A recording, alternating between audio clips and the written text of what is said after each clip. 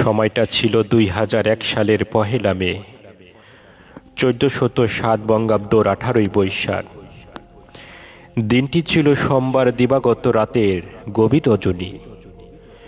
যখন সমস্ত মুরিদেরা ঘুমে, তখনই যেন আলোকিত চাঁদকে এক টুকরা মেঘে ঢেকে দিল। পৃথিবীর বুকে আঁধার নেমে আসলো। সকাল হতে না হতেই খবর হয়ে গেল, তোমাদের মুর্শিদ আর নেই। এই খবর শুনে জাকেরানদের মাথায় যেন আসমান ভাঙ্গিয়া পড়ল। সমস্ত জাকেরান পাগল পাড়া হয়ে বুক ভরা কান্না আর চোখ ভরা অশ্রু নিয়ে সেই দিন তারা আপন মুর্শিদের জানাজায় শরিক হয়েছিল। মুরিদ আপন পিতা মাতা হারাইলে এতিম হয় না, মুরিদ পরিপূর্ণ এতিম তখনই হয় যখন আপন মুর্শিদ এই দুনিয়া হইতে চিরবিদায় হয়ে যায়।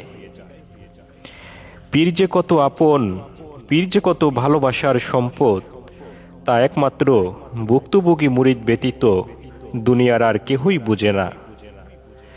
যেই মুরিদের বেদনায় কেবলাজান হুজুর জীবনে কোনোদিন পেট ভরে আহার করে নাই, কোনোদিন আরামের বিছনায় ঘুম আসে নাই, তাকে জিজ্ঞেস করলে বলতেন, বাবা, আমার অধিকাংশ মুরিদেরাই গরিব, তাদের পেটে ভাত নাই, পরনে ভালো কাপড় নাই, তারা ঠিকমতো খাইতে পারে না। বাবা, আমি যখন খাইতে যাই তখন দেখি আমার সমস্ত মুরিদেরা আমার দিকে তাকিয়ে রয়েছে। তখন বাবা, আমি তাদের মুর্শিদ হইয়া কিভাবে খাবার খাই? তাই তো বাবা, তাদের মায়ায় আমি পেট ভরে খাইতে পারি না। কেবলাজান হুজুর জীবনে কোনোদিন আরাম করে ঘুম আসে নাই।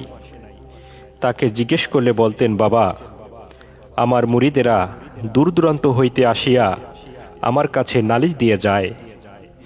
আমি যদি আরাম করে ঘুমিয়ে থাকি তাহলে এই নালিশগুলো আল্লাহর দরবারে কে পেশ করবে? তাই তো বাবা, আমি কোনোদিন আরাম করে ঘুম আসতে পারি না। সেই দরদি বান্ধবের দরদ হইতে আমরা এখন সবাই বঞ্চিত। তাই ১৮ বৈশাখ জাকেরানদের জন্য শোকাবহ একটি বেদনাবিদুর দিন। যদিও মুরিদের জন্য প্রতিটা মুহূর্তই বেদনাময়, কিন্তু নির্দিষ্ট একটা দিন যেন কখনোই পিছু ছাড়ে না, ঘুরে ফিরে প্রতি বৎসর আবার চলে আসে। তাই প্রতি বৎসর না এবারও ১৮ই বৈশাখ মহাপবিত্র বিশ্ব ফাতেহা শরীফ মহা ধুমধামের সহিত উদযাপিত হইবে বিশ্ব জাকের মঞ্জিল আটশি পাক দরবার শরীফে।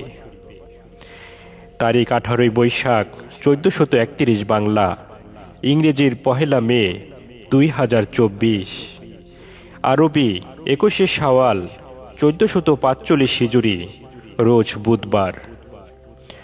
উক্ত অনুষ্ঠানমালাটি উদযাপিত হইবে মঙ্গলবার দিবাগত রাতে, অর্থাৎ ১৭ই বৈশাখ ৩০শে এপ্রিল আসরের নামাজের পূর্বে বিশ্ব জাকের মঞ্জিলে আপনারা সকলেই উপস্থিত থাকিবেন। তাই সকল দল বল জাতি ধর্ম নির্বিশেষে সকল তরিকতপন্থী মুসলিম জাকের ভাই ও ভগ্নীগণ সকলকেই অতি সম্মান ও মহব্বতের সাথে এই মহাপবিত্র অনুষ্ঠানে যাওয়ার জন্য বিশেষভাবে আহ্বান করা হলো। এই বর্তমান জামান অত্যন্ত মুসিবতের জামানা।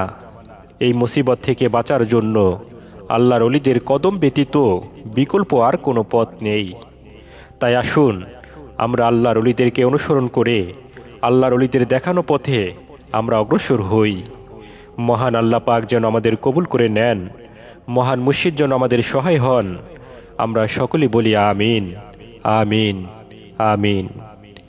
এই ভিডিওটি শেয়ার করে আরও 10 ভাইকে এই দাওয়াতটি পৌঁছাইয়া দিন।